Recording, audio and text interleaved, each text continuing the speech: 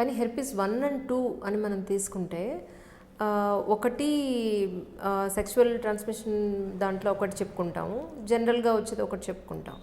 కానీ ఈ రెండింటికి కూడా నిజంగా హోమియోపతిలో పర్మనెంట్ సొల్యూషన్ ఉందంటారా మీ ఉద్దేశ ప్రకారం? హెర్పిస్ 1 కంటే హెర్పిస్ 2 డేంజరస్. అది sexually transmit disorder, gentle herpes అంటారు దాన్ని. అది చాలా తలనొప్పి కేసు. కానీ పేషెంట్స్కు అవేర్నెస్ లేకపోవడం వల్ల చాలామందికి తెలియదు. ఇప్పుడే ప్రతి పేషెంట్కు ఇట్లా మనం టీవీలో కావచ్చు, ఆర్టికల్స్ రాయడం వల్ల ఇవన్నీ గమనించిన వాళ్ళు ఇది హెర్పిస్ అనే డయాగ్నోస్ వాళ్ళే చేసుకుని వస్తున్నారు. అంతకుముందు హెర్పిస్ అంటే తెలియదు చాలామంది. ఈవెన్ 5-6 years బ్యాక్ కూడా మీకు హెర్పిస్ పేషెంట్కి ఎవరికి తెలియదు. దానికి అంటే ఇప్పుడు టీకా లాంటిది ఏం లేదా? అది రాదు మీకు. అది సెక్సువల్లీ ట్రాన్స్మిటెడ్ డిజార్డర్. అది వీళ్ళు అన్ప్రొటెక్టెడ్ సెక్సువల్గా ఎక్స్పోజ్ అయిన పేషెంట్స్కు వచ్చే ప్రాబ్లం. అది ఎస్టీడీ కిందకి వస్తుంది.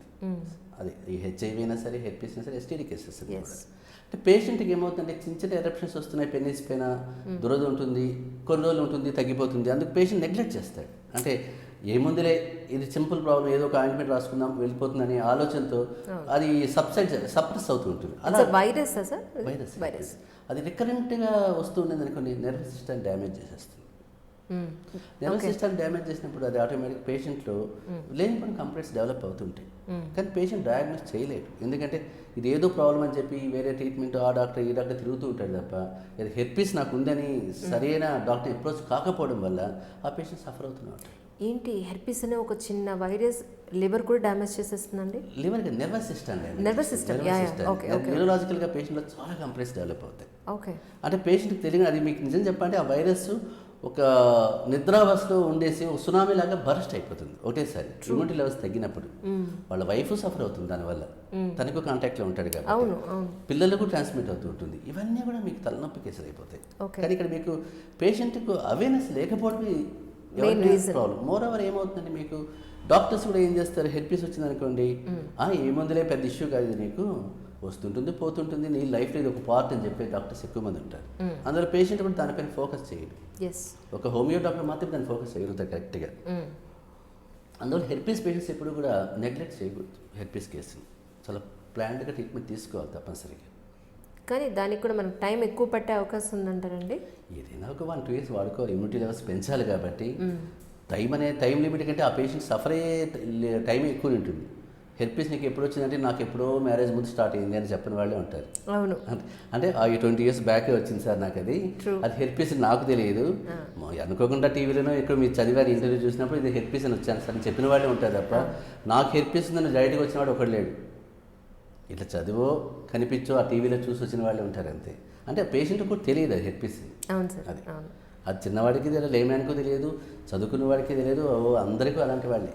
అందరికీ అన్ని టైప్స్ ఆఫ్ పేషెంట్స్ ఉంటారు కదా, ఏ ఒక్కరికి దానిపైన అవేర్నెస్ ఉండదు. అది చదివిన తర్వాత భయపడి వచ్చిన వాళ్ళంతా కూడా మాకేమవుతుంది. బయటికి కనిపించినంత మాత్రాన మనకి వైరస్ లేదు అని మనం కన్ఫర్మ్ చేసుకోవచ్చుంటారా? ఓన్లీ బ్లడ్ టెస్ట్ ద్వారా మాత్రమే మన బాడీలో ఇది ఈ వైరస్ లేదు అని కనుక్కోవాలంటారా? బయట సిమ్టమ్స్ మేనిఫెస్ట్ అవుతాయి. మేనిఫెస్ట్ అయినప్పుడు మీకు చిన్న చిన్న కురుపులు రావడము, దురద రావడము, డెడ్నెస్ ఉండడము, ఇచ్చింగ్ ఉండడము, ఇవన్నీ పేషెంట్తో తెలుస్తాయి ఆటోమేటిక్గా. అప్పుడు పేషెంట్ గుర్తుపట్టచ్చు హెర్పిస్ ఉంది. ఆ సిమ్టమ్స్ ఏమీ లేకుండా కూడా ఒకసారి పేషెంట్కి ఉంటుంది. అంటే లేడీస్లో మీకు ఎసిమ్టమాటిక్గా ఉంటారు. ఎందుకంటే వాళ్ళ మెన్సెస్ ఉన్నంతకాలం వాళ్ళకి బయటకు ఎగ్జిబిట్ కాదు. అంటే బాడీ ఇమ్యూనిటీలో స్ట్రాంగ్గా ఉంటాయి కాబట్టి వాళ్ళకి ఓన్లీ బ్లడ్ టెస్ట్ చేసేటప్పుడు మాత్రమే బయటపడతాయి ఉన్నాయి. అలాంటప్పుడు మనకు ట్రీట్మెంట్ పార్ట్ హస్బెండ్కి ఇచ్చినప్పుడు తప్పనిసరిగా వైఫ్ కూడా ఇవ్వమని చెప్తాం. ఎందుకంటే ఆమెలో సైలెంట్గా ఉండొచ్చు కాబట్టి. సో ఇద్దరు హ్యాండిల్ చేసుకుంటే ట్రీట్మెంట్ పార్ట్ ఈజీగా ఉంటుంది. అది మీ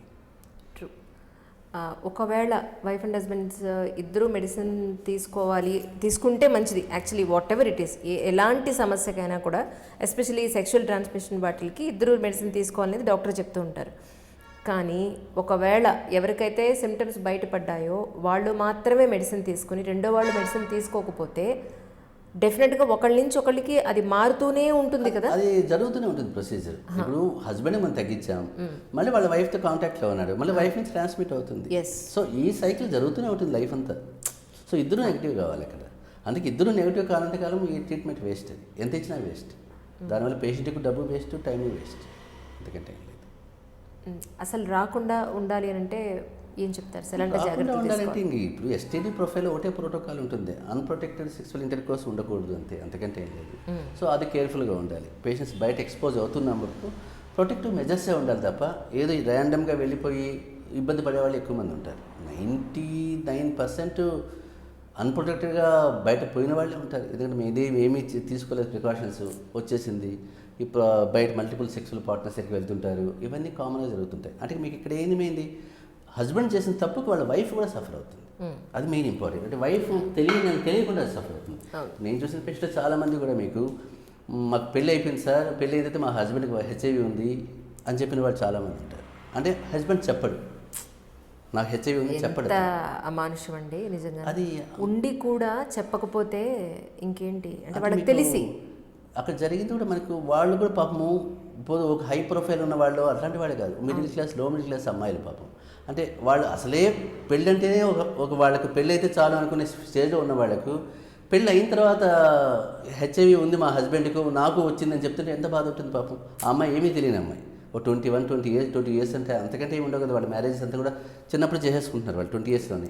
అలాంటి అమ్మాయి వచ్చి నాకు పాజిటివ్ వచ్చిందండి మా వారి వల్ల అని చెప్తుంటే ఆ అమ్మాయి ఇన్నోసెంట్ అంతే.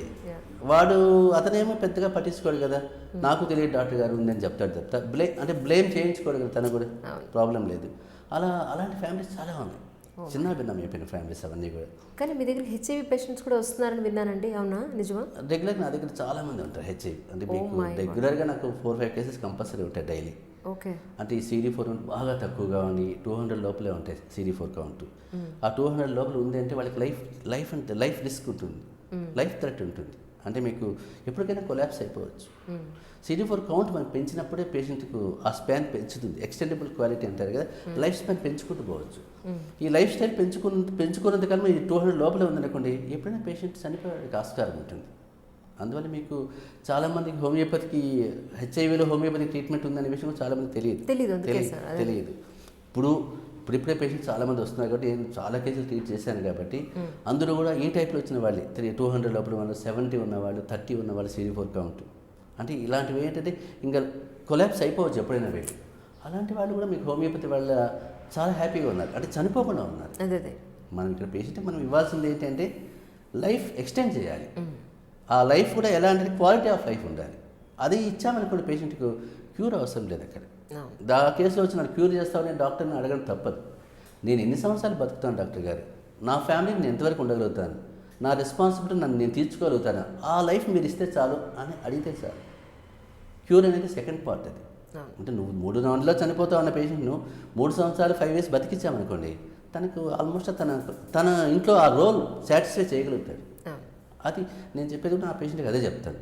నువ్వు చనిపోకుండా నేను బతికించాలి, అది ఇంపార్టెంట్. నీ లైఫ్ హ్యాపీగా ఉండాలి. నువ్వు 10 years బతుకుతావు, 20 years బతుకుతావు, అది నీ అదృష్టం. అంతేగాని క్యూర్ అయిపోతుందని మాత్రం రావాల్సిన అవసరం లేదంట. అందులో నేను ఇచ్చే ఫస్ట్ ఆ స్టేట్మెంట్ నా పేషెంట్ సాటిస్ఫై కావాలి కాబట్టి. ఎందుకంటే ఇంతవరకు ఎవరు చనిపోలేదు కాబట్టి, ఈ 30-40 ఉన్న పేషెంట్స్ కూడా ఎవరు చనిపోలేదు నాకు తెలిసి. అందువల్ల చనిపోతే ఆ పేషెంట్ నుంచి మనకి ఇన్ఫర్మేషన్ వచ్చేది చనిపోయారండి అని. 1-2 చనిపోయారు. ఆ 1-2 కూడా ఎందుకు చనిపోయారంటే ట్రీట్మెంట్ స్టార్ట్ చేసే 1 month చనిపోయారు. అంటే వాళ్ళకి ఆ ఛాన్స్ కూడా రాలేదు, ట్రీట్మెంట్ పార్ట్ అయిపోలేదు. ఎందుకంటే అప్పటికే వాళ్ళకి డెవలప్ అయిపోయారు. అంటే మీకు హెచ్ఐవి పేషెంట్స్కి ఎలా ఉంటుందంటే సపోజ్ కౌంట్ తక్కువ ఉందనుకోండి, ఏ టైఫాయిడ్, ఏ హై ఫీవర్ వచ్చిందనుకోండి, ఏ న్యూమోనియా వచ్చిందనుకోండి, కొలాప్స్ అయిపోతుంది, ఆటోమేటిక్ కొలాప్స్ అయిపోతుంది. అలాంటి అటాక్ అయిపోయారు వాళ్ళు. అంటే వాళ్ళకి ఫీవర్ వచ్చేసిందనుకోండి ఆటోమేటిక్గా కొలాప్స్ అయిపోతుంది, చెప్పలేదు. Hi, this is Isha Chavla. This is Manara Chopra. Hi, this is Kartikeya. నేను డైరెక్టర్ తేజ అని. Press the bell icon for more updates. For more such videos, please subscribe to iDream. For more videos, please subscribe to iDreams. For more videos, please subscribe to iDream. And you're watching iDream Media. Please like, share and subscribe to the channel. And don't forget to subscribe to iDream. Please subscribe iDream Media. Do subscribe to iDream. Subscribe to iDream Media. Do subscribe to iDream Media. Don't forget to subscribe. Click on the button below. Don't forget to subscribe to iDream.